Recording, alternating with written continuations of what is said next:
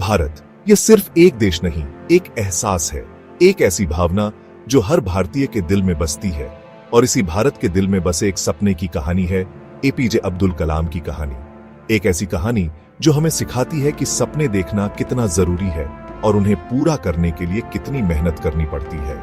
अबुल पकीर जैनुलाब्दीन अब्दुल कलाम, यह नाम आज किसी पहचान का मोहताज नहीं। यह नाम है सादगी का, समर्पण का और अदम्य उत्साह का। यह नाम है भारत के 11वें राष्ट्रपति का, जिन्होंने अपना पूरा जीवन देश सेवा में समर्पित कर दिया। लेकिन उनकी कहानी सिर्फ एक राष्ट्रपति की कहानी नहीं है। यह कहानी है एक ऐसे इंसान की जो साधारण से परिवेश में पला बढ़ा और अपनी लगन और मेहनत से भारत के सर्वोच्च पद तक पहुंचा।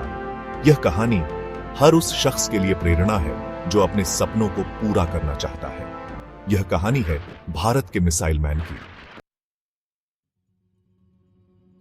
तमिलनाडु के रामेश्वरम, समुद्र के किनारे बसा यह छोटा सा शहर गवाह बना एक महान शख्सियत के बचपन का।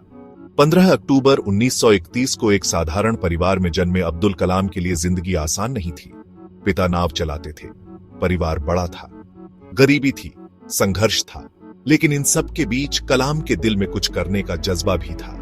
छोटी उम्र से ही कलाम मेहनती थे, अखबार बेचते, दूसरों की मदद करते और पढ़ाई में भी हमेशा आगे रहते। स्कूल के दिनों में उनकी दोस्ती एक ऐसे लड़ी डहाके से हुई जो ब्राह्मण परिवार से था। दोनों में गहरी दोस्ती थी और वे एक दूसरे के घर खाना भी खाते थे। एक दिन जब कलाम के दोस्त के पिता ने उन्हें अपने हाथ से खाना परोसा तो कलाम के मन में यह बात घर कर गई कि जातिवाद कितनी छोटी सोच है। यह घटना उनके जीवन का महत्वपूर्ण मोड़ साबित हुई। यहीं से उनके मन में भेदभाव मिटाने और एक बेहतर समाज बनाने का बीज बोया गया। पढ़ाई के प्रति कलाम का समर्पण देखते ही बनता था। बचपन से ही जिज्ञासु प्रवृत्ति के कलाम हर चीज के बारे में जानना चाहते थे। उनके शिक्षक भी उनकी लगन और प्रतिभा से बेहद प्रभावित थे। स्कूल के बाद कलाम ने तिरुचिरापल्ली के सेंट जोसेफ कॉलेज से भौतिक विज्ञान में स्नातक की उपाधि प्राप्त की, लेकिन उनका मन विज्ञान में रम चुका था। वे कुछ बड़ा करना चाहते थे, कुछ ऐसा जो देश के काम आए।